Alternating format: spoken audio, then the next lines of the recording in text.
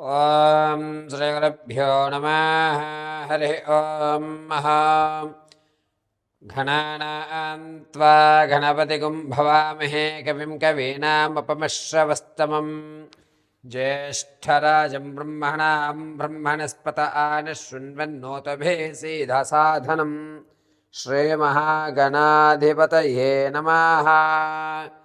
ప్రణో దేవీ సరస్వతి వాచేభిర్వాచనీవతే ధీనామవిత్రేవతో శ్రీమహాసరస్వత్యై నమః.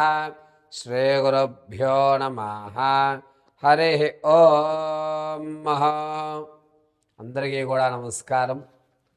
ప్రతి ఒక్కరికి కూడా పార్వతీ పరమేశ్వర అనుగ్రహం కలుగుతూ ఆయురారోగ్య మనోవాంఛలు కలుగుతూ ఉండాలని మనస్ఫూర్తిగా కోరుకుంటూ ఈ నవంబర్ నెలలో తులాలగ్నం నందు శుక్రుల్లో రవి అదేవిధంగా చంద్రుడు బుధుడు ప్రవేశించడం, దానివల్ల కలిగేటువంటి మార్పులు అంటే నవంబర్ 10వ తారీఖు నుంచి 25వ తారీఖు వరకు కూడా కొన్ని రాసుల వారికి రాజభోగం అనేటువంటిది ఏర్పడుతోంది.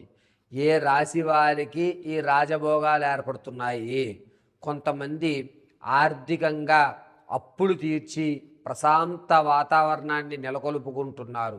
అందులోనూ శుక్రుల్లో చంద్రుడు ప్రవేశించడం వల్ల అద్భుతమైనటువంటి అవకాశం కలిగేటువంటి గోచర జరుగుతుంది.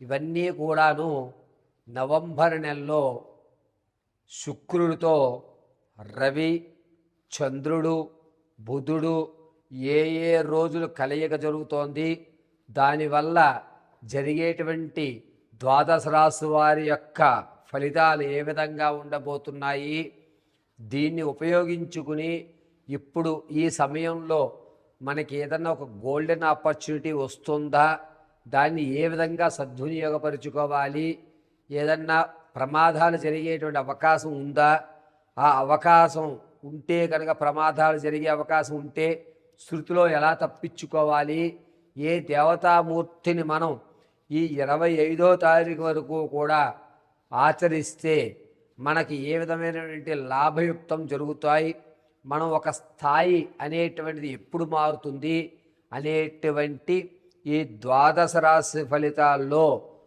తులారాశి యుక్తంలోకి శుక్రుడు అందలి రవి చంద్రుడు బుధుడు ఏ రోజు మారుతున్నారు, ఈ మార్పుల వల్ల జరిగేటువంటి పరిణామాలు ఏ విధంగా ఉండబోతున్నాయి, దీని పరిష్కారాలు ఏమిటి, తాత ముత్తాతల నుంచి సంభవించేటువంటి ఆస్తి వ్యవస్థలు ఏమన్నా మనకి అందిపుచ్చుకుంటామా, భార్యాభర్తల మధ్య కీచులాట్లు పెరుగుతాయా అనేటువంటి విషయాలు కూలంకషంగా పరిశీలన చేద్దాం.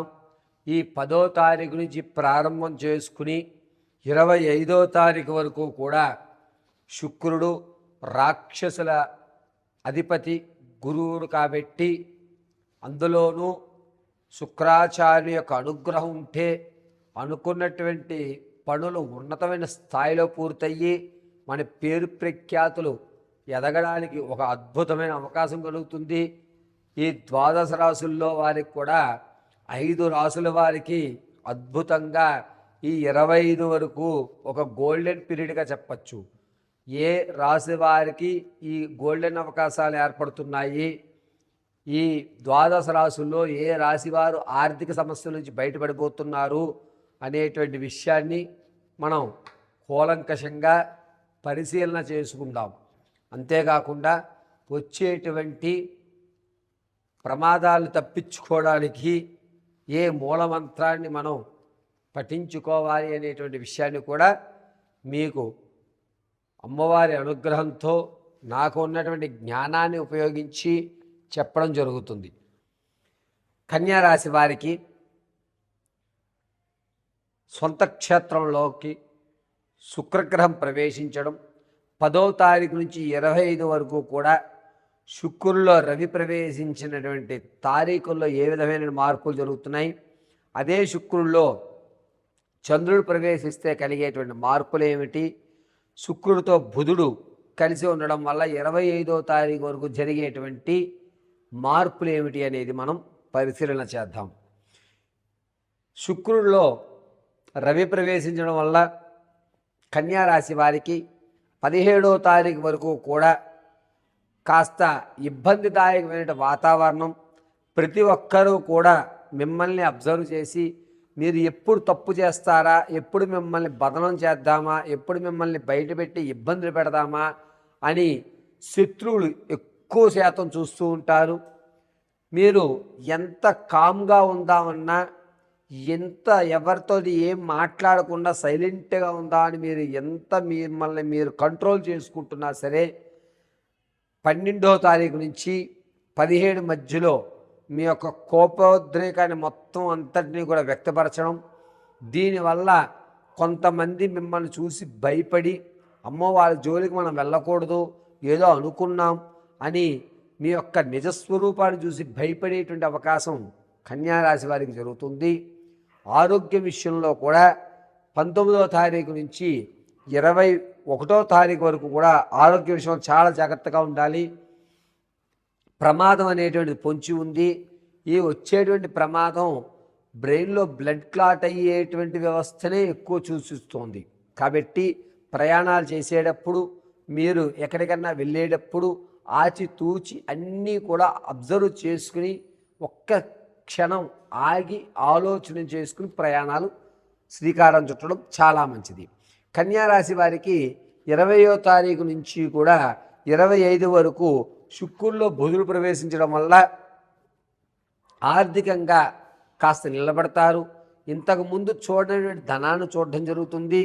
ఓహో, మన చేతిలో కూడా డబ్బులు అంతాయి, మనం కూడా ఆర్థికపరంగా నిలబడగలుగుతున్నాం, మన ఆలోచన మన అంచనాలు ఖచ్చితంగా ఉంటున్నాయి అని ఆర్థిక ప్రణాళిక మీద ఒక పట్టు సాధిస్తూ ఉంటారు. ఇంతకుముందు ఆలోచించే దానికంటే ఇప్పటి నుంచి అంటే నవంబర్ 21వ తారీఖు నుంచి 25 వరకు ఆలోచించే విధానం పూర్తి భిన్నంగా ఉంటుంది. ఆర్థికంగా ఒక మెట్టు ఎదగడానికి మీ ప్రతి ఆలోచన కూడా అద్భుతంగా ఉంటుందనే చెప్పాలి. పైగా మీరు ఇరువురి మధ్య రాజీతత్వంలో పెద్ద మనిషి వ్యవస్థించుకుని ఆర్థికంగా లాభపడతారు. ఇటు నుంచి అటు నుంచి కూడా అనూహ్యంగా వాళ్ళే ఉంచు పర్వాలేదులే అని చెప్పి మీకు ధనం ఇవ్వడం. దీనివల్ల మీరు ఒక మెట్టు ఎక్కుతారే తప్ప ఎట్టి పరిస్థితుల్లోనూ మెట్టు దిగేటువంటి అవకాశం కనిపించడం లేదు. కన్యారాశి వారికి 17వ తారీఖు నుంచి 21వ తారీఖు మధ్యలో కూడా కొంచెం జాగ్రత్తమైనటువంటి వ్యవస్థ చూడాలి. వీరి కోపం అనేటువంటిది ఎక్కువ అవుతూ ఉంటుంది. పైగా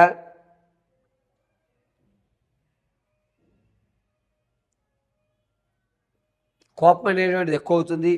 పైగా మీ యొక్క శత్రువులు మీరు చీల్చి చెండాడటం వల్ల కొంతమందికి మీరు దూరం అవుతూ ఉంటారు. పాత బంధాలు కానీ కొత్తగా ఈ మధ్య కాలంలో ఏర్పడే బంధాలు కానీ ఏవైతే ఉన్నాయో వాటిని దూరం చేసుకుంటారు. దూరం చేసుకోవడంతో పాటుగా ఇది నేను ఇలాగే ఉంటాను, నా యొక్క వ్యక్తిత్వాన్ని నేను మార్చుకోను అని కొండ బద్దలు కొట్టినట్టుగా మీరు మాట్లాడటం, దీనివల్ల కొంతమందికి మీరు దగ్గర అవ్వడం, చాలామంది వరకు దూరం చేసేసుకోవడం అనేది కన్యారాశి వారికి జరుగుతుంది.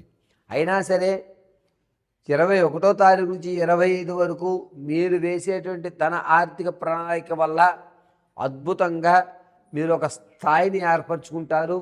మీకు కలిసి వచ్చేటువంటి సూచనగా చెప్పచ్చు. కన్యారాశి వారు ప్రతి నిత్యము కూడాను హనుమత్ అనుగ్రహం కొరకు ఎంతవరకు వీలుంటే అంతవరకు హనుమత్ దేవాలయాన్ని దర్శించండి.